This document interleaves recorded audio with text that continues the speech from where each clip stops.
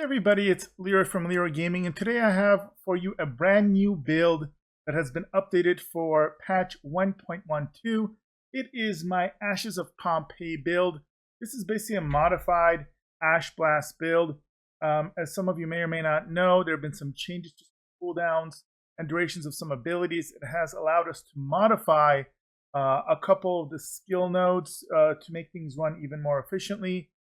In this build, we're going to go in depth on all the mods you're going to want to get, the skills, the skill trees. I'm also going to give you 3 different primary weapons that you can use for this build. They all work really effectively depending on kind of how you want to slightly modify this build.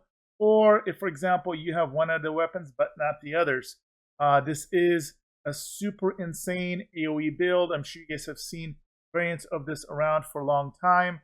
Boomtown clearable in about 4 minutes without cheating, without any hacks. And I do want to really emphasize all my builds here don't use any of the known hacks or manipulations to kind of break the game. So if you're looking for a legitimate Pyromancer AP AoE speed build, it works amazing for solo. It also is actually great in groups as well. Then you are in the right place. So let's go ahead and jump in and see everything that you need for this build. As always, there will be timestamps in the description below if you want to jump around to the section that is important to you. All right, so we're going to begin with the skills, and the skills are very straightforward. You're going to be using Heatwave, and Heatwave is going to be, you're going to be using this, spamming this multiple times. This is how you're going to mark your targets. It's going to be some sort of DPS, but really it's a way to stack some of the buffs from your set, Acari Set bonus, as you're going to see in a bit. You're going to be using Ash Blast as a giant AoE marker, it's AoE stun, and it's also going to basically set you up into your Overheat Blast combo build. So Heatwave, Ash Blast, Overheat is basically going to be the order of events for the entire playstyle, as you will see. These are all must-gets as far as skills. Now, skill nodes, there are some slight deviations. This is a top run build, the Ash Breaker build. So the big things here that we want is we do want to, again, make sure that we get our immobilization skill cooldowns as low as possible. Again, this has been helped with this patch, but our Ash Blast has been lowered by 5 seconds. And then we're going to get an additional 30% cooldown increase on that with Marble Order here. And then towards the end, we're going to get this Marble Order as well. We want to make sure we get, because we're going to be doing damage to everything that's going to basically be affected with Ash, this AoE rotation, we want to make sure we pick up all the relevant buffs to increase Ash damage. That's really helpful. Also, every time enemies get Ash, they're going to get vulnerable. That's an extra 15% damage, so really good synergy. And over here, we're also going to, every time we Ash Blast, we're going to up our Anomaly power even higher. What's nice here is we're able to go down this middle row, get a little bit, or down the Tempest row a little bit, instead of going down the Firestorm row. We're going to get this extra AP here. We're going to increase your skills damage by 8% against marked enemies. So basically, pretty much everything that you're going to overheat later in the build. We are going to pick up this Wildfire, which is going to decrease our cooldowns of all abilities by 10%. Again, an additional weapon power and non-power here as a bonus. And then a final point I chose to pick up here is Strength of the Flame reduces elite damage against you by 10%. So one of the weaknesses of this build is basically it's squishy. And so this extra 10% damage is actually pretty significant because it's all types of damage, AP damage, as well as firepower damage. So quite helpful. And those are basically the skill nodes that you're going to want to get in this version now that we're in patch 1.12. All right, we're going to go over gear. And I actually want to start with weapons first. Now, I do want to point out you're going to have one primary weapon, and there's going to be 3 different options.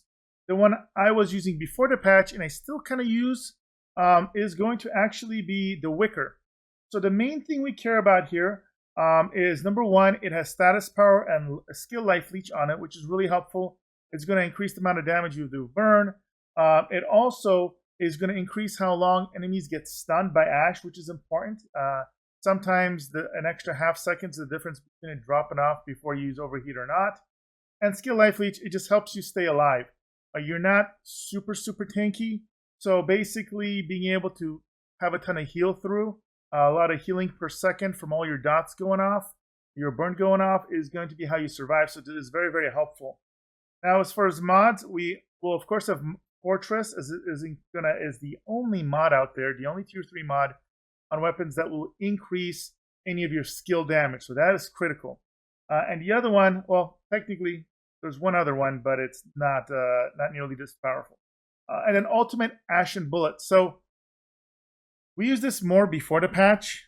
You can still use it basically as an oh shit button. So if like there's a monster, an elite that's charging you, you can literally shoot him and this will stun him. So it's going to mark him. So if you use a Heatwave after that, they're going to take additional damage. But really, it's mainly an oh shit button because you do want to be careful. If you ashen something too early, then you go through your rotation, and then by the time you do overheat, they may be immune to CC. But again, it's a nice kind of emergency button. Now, if you don't have this or you don't want this, there are two other options. If you want something else that has status power and skill life leech, but you want a little bit more active DPS button to press, then you cannot go wrong with Air to the Desert. This is kind of universally for most AP builds and Anomaly power builds the best weapon because of the fact that it has status power and life leech, as we just discussed. And its sandstorm ability is not bad for damage. It can hit multiple targets. It's decent. It's got a 5-second cooldown, which is not horrible. And of course, you put Fortress. Okay, and the final weapon option, and this was a really popular option for a long time, and it's still quite good, is going to be Funeral Pyre. Now, the downside is it doesn't have very good stats. You get healing received, which does not heal based off of your skill life leech, but if you do kill anything that's marked, and that's everything, it will increase that healing. So it's like while you're kind of doing your rotation, it's not going to kind of help heal, but once you actually hit that overheat button and everything blows up, you'll be instantly healed to full. Close range damage doesn't do much because you don't really care about doing damage with the gun. The big bonus here is Shadow Comet. It's a 3-second cooldown. You can basically just spam this every 3 seconds. It's a nice instant AoE damage. So if you like that for that extra little burst, that's fine. It is especially a good option if you do not have the Moaning Winds option rotation for the secondary weapon. And we'll go over that right now. So if you do not have a Moaning Winds setup, this might be the best way to get that little extra damage against elites. So what do I mean by Moaning Winds if you're brand new? Well, basically, it's having 1 or 2 weapons that will have the Moaning Winds modification. And so it comes off the Anomaly. And if you have the Anomaly, it's also popular to put on the Death Shield, because what you basically want is you want the Fortress mod and Moaning Winds. And what you're going to do is at the beginning of a run, you're going to empty out your clip. You're going to swap immediately over to your main weapon. And anytime you have downtime on your rotation or you're facing an elite that has a lot of health, you're going to swap over your Anomaly here or Death Shield, whichever you pick for the setup. It's going to proc Moaning Winds. And immediately before you actually reload, you're going to swap back to your main weapon. This does a huge 400k base AoE damage and gets modified by Fortress and other kind of modifiers like vulnerability. So it's very good. And then if you want to go a step further, you can actually even have your secondary weapon, your pistol, also get that. And a real popular one is Torment and Agony, because it also has Clip Combustion that comes naturally on it. It's like a double AoE. So in theory, you could basically swap over to Anomaly, then swap over to Torment and Agony, and then back. So you can do that double Moaning Winds. You can do this every 8 seconds. You should not need it for any trash. It's only useful if you have some elites and you're on cooldown. Now again, with the new build, the way we have the reduced cooldown times, you will not need this very often. So those are your options for your primary as well as your secondary weapons. All right, let's take a look at the armor now. Now, a big part of the armor requirements for this build is that you're going to need the 3-piece Acari set. As a whole, this build and pretty much every top-end Pyromancer build is extremely gear-specific. So I will put a little notice of warning. If you're starting your first character and you find this video, I personally do not recommend Pyromancers as a beginning class. They tend to be very squishy, very weak until they're really geared out. And once they're really geared out, currently they're our most powerful, fastest clearing builds out there for the most part. And this is pretty much the best AoE speed clearing build, even though it is squishy sometimes. So do note that. That being said, if you are going to build this out, you're going to need the Helmet of Acari to start with. It has great stats, Anomaly power, skill life leech, and status power. As far as your mods, Fire Tsunami is huge. It increases the width, so the main idea here is you're going to be able to mark more mobs, and this plays into the 3-set bonus. So every enemy damaged by Heatwave grants 50% Anomaly power bonus for 10 seconds, and this stacks pretty much indefinitely.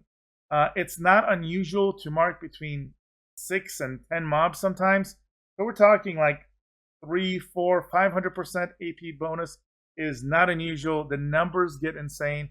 I mean, even if you just mark 2 targets, that increases your Anomaly power by 100%. Nobody has buffs like this. It is the most powerful set bonus in the game. Super broken. I hope they don't necessarily nerf this. I just hope they give other classes better set bonuses. But it is what this is all centered around. So the second mod, and this was buffed for version 1.12, is Master Consumer. Actually, my apology. This one did not. The next one of the next mods we're going to look at gets buffed. This one isn't buffed, but it's already really powerful. It's called Overheat. Oh, it's for Overheat. It's called Master Consumer. The skill consumes either Burn or Ash status to deal damage, but consuming both at once increases damage by 150%. This is nuts, because you're basically going to put burning on everything with Heatwave that you target. Not everything, but like a lot of the targets. And then you're going to do Ash Blast to put Ash on everything. And then when you utilize this ability, it's going to go off and everything's going to blow up. It's bonkers. Next, we have the chest. Again, great skills here. You get Anomaly power, skill life leech, and cooldown reduction. Cooldown reduction is great for this build as well. The detonator is great. It's going to decrease the skill cooldown of Overheat by 50%. This is why it's so fast to cool down. Normally, Overheat, without this mod, takes way too long to go off cooldown, and it's almost impossible to do this in a spammable way. But this mod by itself makes it viable. Plus, you're going to see all the other cooldown reduction that we get here. And then Death Sentence. So this is the other mod I was referring to earlier that got buffed. Whenever you Ash Blast, your weapon damage, we don't care about that, but also Anomaly damage we do care about, against enemies affected by the skill or increase respectively by 40 and 30% for 8 seconds. So it's giant 30% extra increase to damage. It's really, really good. Next, we have the legs. Again, really good stats. Anomaly power, skill life leech, cooldown reduction. It comes with Anomaly Echo, which is fine. I wouldn't mind having another ability there, but because it comes with it, won't complain. It's going to be up 24/7 because you're constantly spamming skills. So that's a permanent Anomaly damage bonus. And in Captain Hunter, you can't go wrong with this. You can put other skills there if you really wanted to, but an extra 25% damage against elites. And again, the only thing that won't instantly die to your abilities are elites. So this is pretty much best in slot for you there. Then we have Ashen Gloves. Now you're going to need to roll these. I chose to roll the next 2 items with Anomaly power, cooldown reduction, and status power. Again, maximize stun duration with Ashen Blast and maximize healing potential for my burn damage. You could, for example, if you're not as lucky and you get, as long as you get Anomaly power, as long as you get cooldown reduction, you can get status power or skill life leech. They're both good. But again, because the previous items, 2 of them had skill life leech, I like doing status power if I can. Ash increase range is huge. It increases the skills range by 66%. Ash Blast, you don't see just how gigantic it is because it doesn't have much of an animation. It's already really big, so 66% make this impact like, if I were to like estimate, maybe it's 30 yards, something like that, maybe more. It's huge. And that 66% range is what makes this build so powerful. It lets you clear an entire room. And then Power Simulation, it's a godly buff. One of the best buffs in the game, mainly because it's actually not too uncommon to have certain areas where there's 2, 3, or even sometimes 4 elites at a time, and that gets kind of out of hand. And of course, you're multiplying it by 2, 3, 4, 500% because of the Acari bonus. It's bonkers. And then finally, you have the boots. Again, you got to roll these. You're gonna want to get Ride the Wave. This is mandatory. Your Heatwave skill, you're gonna be able to activate one more time before triggering cooldown, so you twice. And then damage absorption. Now, the reason you need damage absorption is mainly to make sure that you're getting the most out of Fortress. So notice it says Fortress receive up to 43% damage bonus based on your armor. Now, some people say it's broken, some people say it's not. The overall general consensus is that if you have around 100,000 armor, you'll get the full bonus of this. Again, nobody's been able to data mine or confirm, or no dev has spoken up and said how much this number needs to be. I wish you would like live update, like depending on what your armor is and tells you how much you get, but that's not how this works. So to be safe, I like damage absorber. It's up all the time. That extra 10% resistance is not bad. And again, it gives you some extra physical mitigation. Don't forget you're getting 10% extra reduced damage against elites that will stack on top of it. It's going to help out. With this 107k armor, if you look at your stats, your physical damage reduction is 67%. That's not bad. Without this, you're like 50%. You're squishy as heck. So that extra 17, 18% is huge. Plus, you're going to get that extra 10% that stacks directly. So you basically have a 77% damage reduction against elite damage. That's actually quite good. So that's important to note. Also, don't forget, I talked about this build is so effective because of the massive cooldown reduction. You actually take a look at this. It's some of the most insane cooldown reduction I've seen in a game. 40% global cooldown reduction with this build, and that's before calculating other elements. So like this one right here, the detonator. Now notice it's not 90%. They're not additive. So what it's going to do, it's going to multiply it by, take half and then 40%, unfortunately.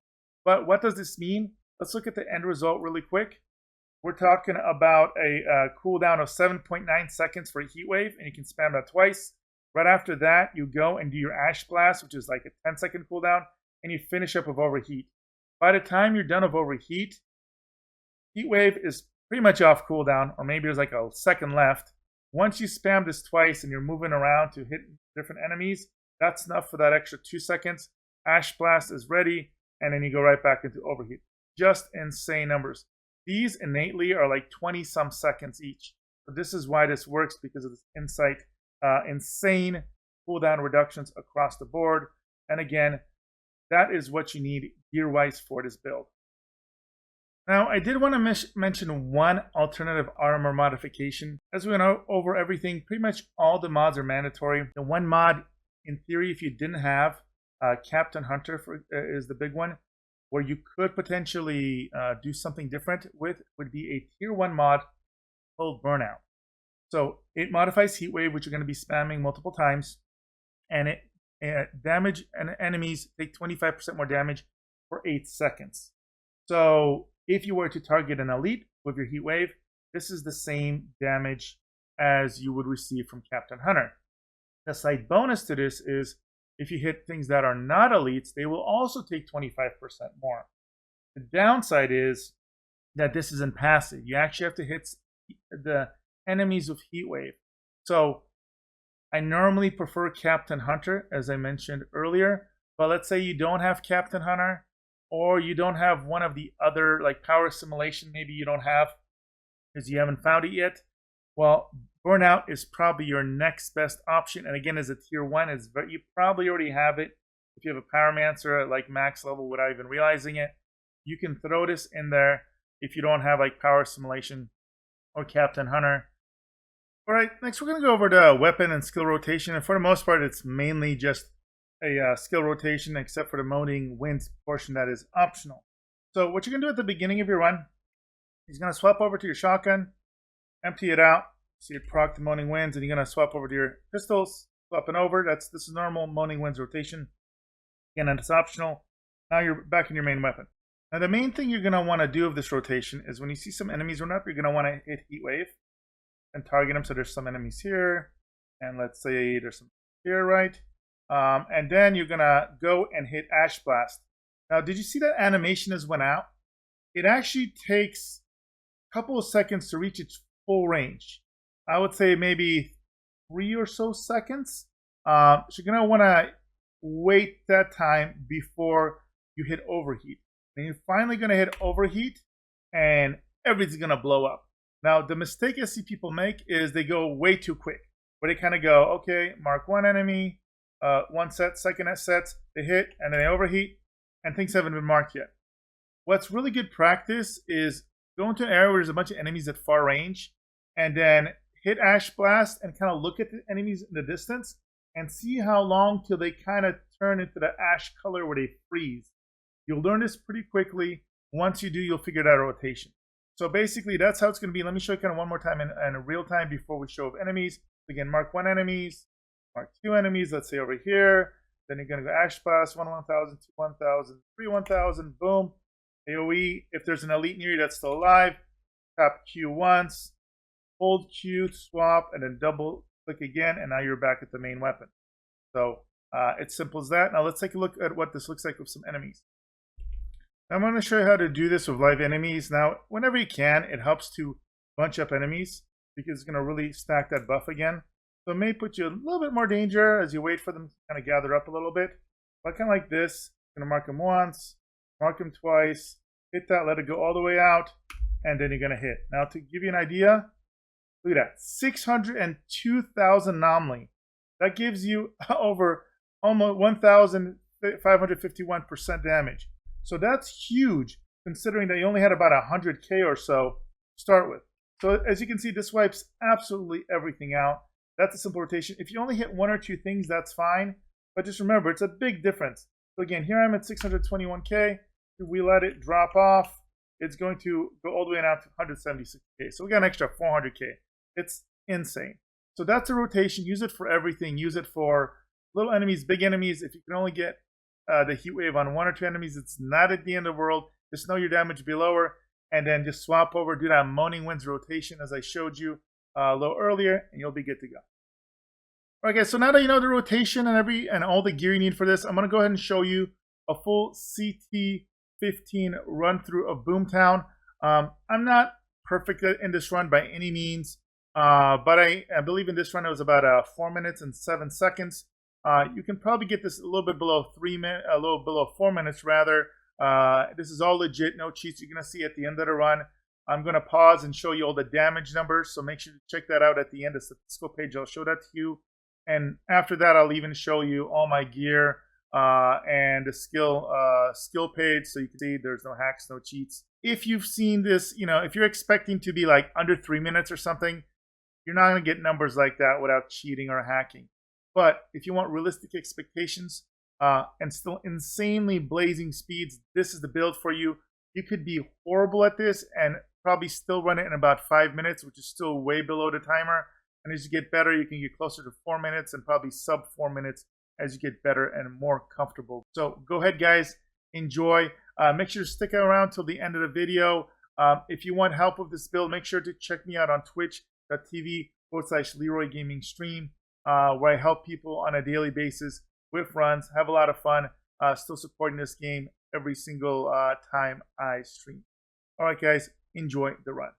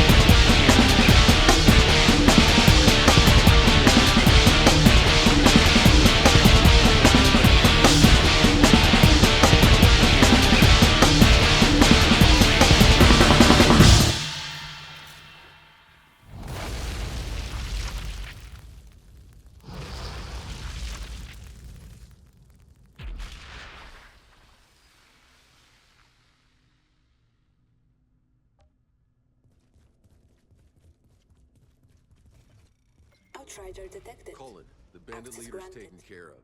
Your pass is clear. Where'd these bandits come from anyway? They were insurgents. Defected to our side months ago.